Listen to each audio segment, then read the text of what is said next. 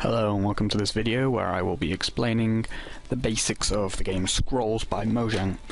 Okay, first thing we are going to do is take a look at a card. Let's take for example the Kinfolk Veteran. First let's examine the key components of the card. We have the attack, the countdown, and the health of the unit. We also have a summon cost, and finally we have the card type and subtype. There is another box of information on the scroll, which is down here. This is where abilities, talents, and flavor texts are kept.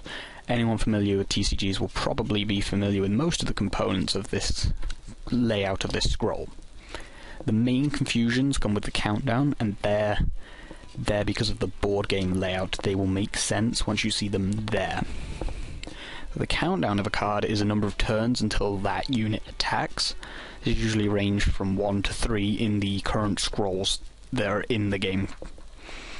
The health is the amount of damage the unit can take before it is removed from the game. This varies between 1 and 6. All units start off with the health number given on the scroll and is removed from the game when it reaches 0. The attack is a value which is the amount of damage the creature deals whenever it attacks. This can range from 1 to 7 in scrolls that have been released so far. The summon cost is the cost to play the card from your hand and shows the resource required. This varies between 1 and 8 and usually corresponds between growth, order, and energy. The talents of a creature are keywords with an asterisk marking them. The current talents in the game are Relentless, Haste, Ranged Attack, Goo Lobber, and Spiky. Definitions are not on the cards, so it would be a good idea to look them up. I don't want to go through them now because it'd be a lot of words and a lot of it wouldn't make sense. Seeing them used in play will give you a good idea of what they do, and they're not too complicated. The Kinfolk Veteran we're looking at now has haste, and this means that he comes into play with his countdown set to 0, so he can attack the moment he's on the board. Abilities are powers given that are unique to a given scroll, so they only affect one scroll, and these are normally passive.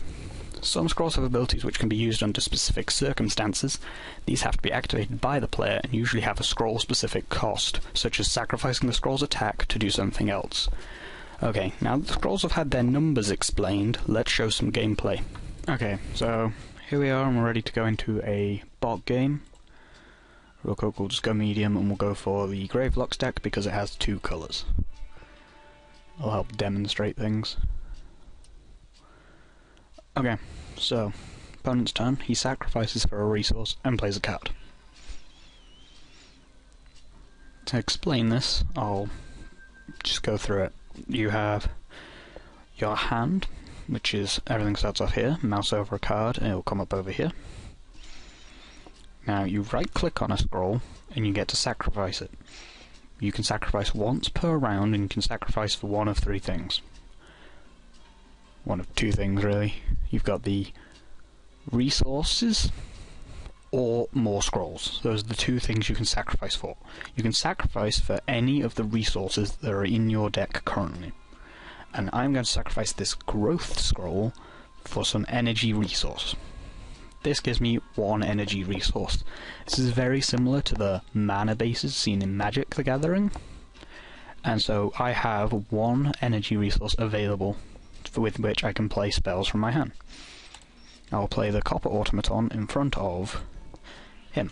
He has a 1 countdown, which means that next turn he will attack. His ability says that he will be destroyed after attacking. So he's essentially a suicide bomber. I will now pass the turn. As you can see, he's going to kill that. He doesn't kill that, he's going to wound that with a kabonk. This deals 1 damage to a unit and allows him to draw a scroll. My guy is now ready to attack.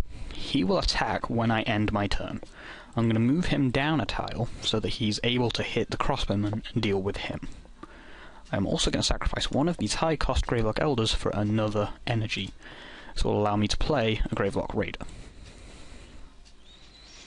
I will now end my turn, and away he goes. Similarly to Magic the Gathering, this will be used up and will be reset at the start of every single turn. So I'm going to sacrifice this for an energy, which will give me a total of 3 energy. This will let me play a Gravelock Outcast. Right, this guy has this ability. I can pay 1 growth to regenerate him and restore his health. It gives him straight back to full regardless of what his max health is. If I were to give him an enchantment that gave him an extra 2 health, that regenerate ability would get him to that. Because he's on a 2, he won't attack next turn. Because he is a 1, he will. This guy has Spiky 2. When Royal Spearman is damaged in combat, Royal Spearman deals 2 damage to attacking units. It's a good way to deal with creatures like these. Maybe not so much him, but certainly him. So I'm going to step him out of the way for his attack. To deal with that, I'll get rid of an Inferno Burst to get me up to 4. Means that next turn I can play that. He is currently at 4 and has 1 scroll in hand, so from what I know, I'm not going to expect any major plays from him next turn. These are the idols. Your goal is to destroy 3 out of 5 of these. To do this, you just have to clear a row and then deal damage with your units. There are other cards that can deal damage to idols, and just as long as there are 3 of these destroyed, you will win the game, as long as your 3 aren't destroyed first. Now I'm going to play this Gravelock Elder. Gravelock Elder gives every single one of these guys an extra attack. As you can see on the field, this guy has a 3 attack. In the card, he's only supposed to have a 2. This is because of this. Now that he's in play, these stats are applied. Once he's out of play, those stats will vanish. I'm going to group him across here so that they are closer together. As you can see, he took 2 damage from the Spiky, but that's okay because I can regenerate him now. Sacrifice this for growth, and regenerate. I will now play Fury, which decreases all units' countdowns by 1. That doesn't bother me, because his guy is going to attack next turn anyway, so reducing his countdown doesn't matter. This allows these guys to swing for a pretty high number into this row. I will move this guy forward a space, so that I can make room for 1 strong attack against 1 idol.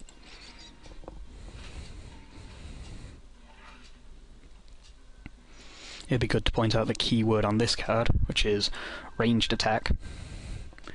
Don't know why the bot did that, the bot is not very clever. Right, so I have 1 scroll. I can play that scroll, but what I can do is right-click and sacrifice for more scrolls. This will give me a higher chance of finding cards that I want to play. Useless Contraption is useless, and I will throw it down here. The Useless Contraption is a new type of card, which is a structure. Structures tend to be static defences, and sometimes have abilities that will trigger when the countdown of the unit reaches 0, or at the start of every turn. This one is a pretty basic one, which has 4 health. Crimson Bull is a good card, but I cannot use it now. These guys will swing next turn, so it's probably a good idea to use it next turn. To prepare for this, I'm going to move most of my units across, so that my attack is lethal on this idol, but isn't necessarily lethal on that one, as opposed to wasting the attack on an empty space.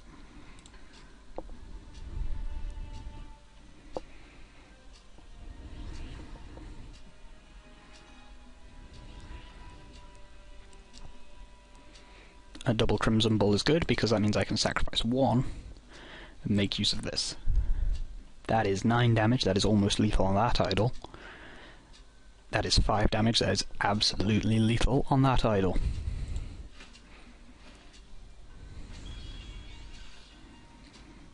As you can see, all creatures, when they attack in a straight line. Some creatures have abilities such as Lobber, which allows them to hit an area, and that area will only change if that unit is moved.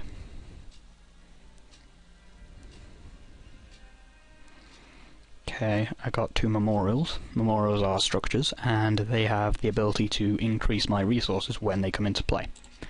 I will play both. As you see, the resource is granted, but you can't utilize that resource until the next turn.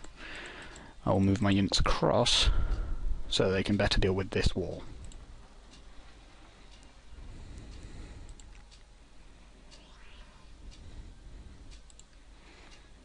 What happened there was he sacrificed his Zealot to deal 2 damage to my weak Gravelock Raider and take him out of the game. That ability causes the Sim-marked Zealot to be sacrificed. I will now play Gravehawk. Gravehawk is a good card in a Gravelock deck because she is relentless, which means that when she deals lethal damage, she can continue to attack. This isn't likely with 1 attack, but because I have 2 Gravelocks, she actually has 3 attack.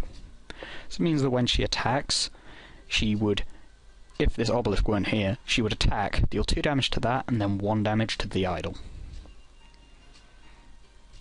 I will also play the Copper Automaton, which we saw earlier.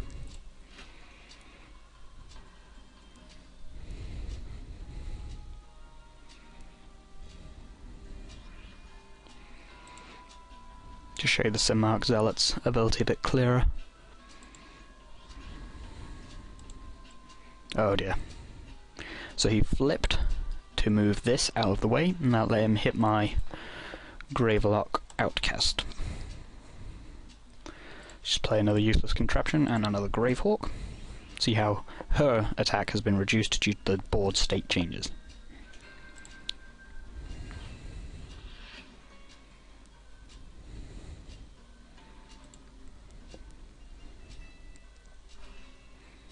Another Gravelock Raider, let's get rid of that to get more scrolls.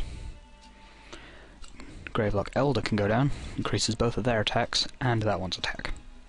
Spark is a good card for dealing damage, but I guess I could use it on that. This guy will probably sacrifice itself to deal damage to something. What? I don't know, because the bot is sometimes crazy. As you can see there, she dealt lethal damage to the obelisk, and then moved on to hit this. That's a good idea of how Relentless works. Right. So let's get rid of the spark for more scrolls. Okay, I'm going to use these memorials to build up a complete wall. I'll also play the Gravelock Outcast down here.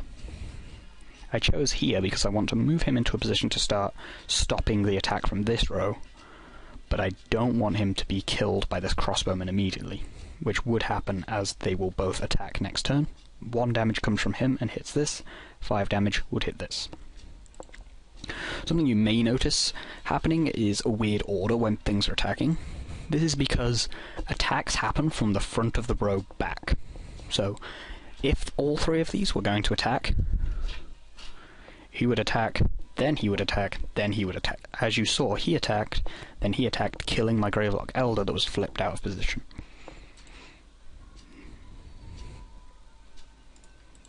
Get rid of the Champion Ring to get an Iron Ogre. This guy is big. And then I'll put Champion Ring on my Relentless Gravehawk. What will happen in this engagement is the Elder will attack first, destroying the shrine. The Gravehawk will attack for 5 damage, which is almost enough to kill the idol.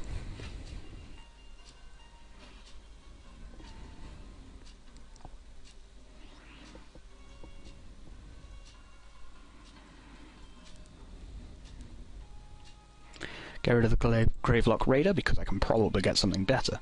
And I did. I got another Memorial which I can use to put in front of him. This will keep him alive, hopefully long enough to score a good attack. And Ether Pump. Ether Pump is a structure, and whenever its countdown hits 0, all opponent's units receive 1 damage. There you go.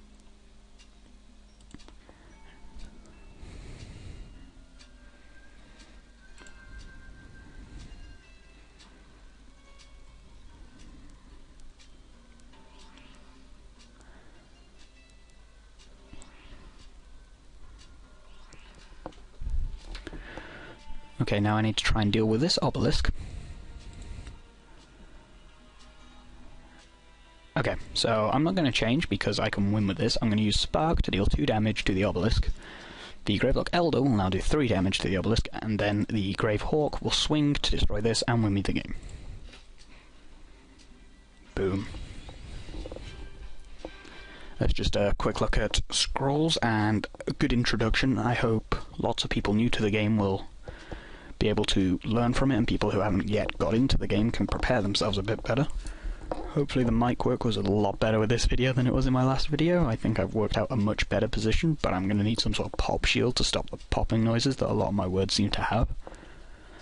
I hope you stick around and watch some more videos when they come out. I highly recommend Tin Fox's channel.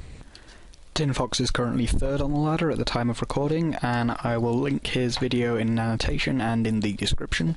He does a lot of the higher tier Scroll gameplay, and I'd certainly recommend giving his channel a look to see how some of the better players do it. I'm not that good, but I feel that from my background of playing Magic, I've got a good idea of how the board shapes are going to change up and how the metagame will develop, and I hope to bring you that in future videos. I may start doing a card of the week type video, or I'll break down the pros and cons, the counters, and what works well with specific cards. If that sounds like something people would be interested in, please let me know. Thank you for watching.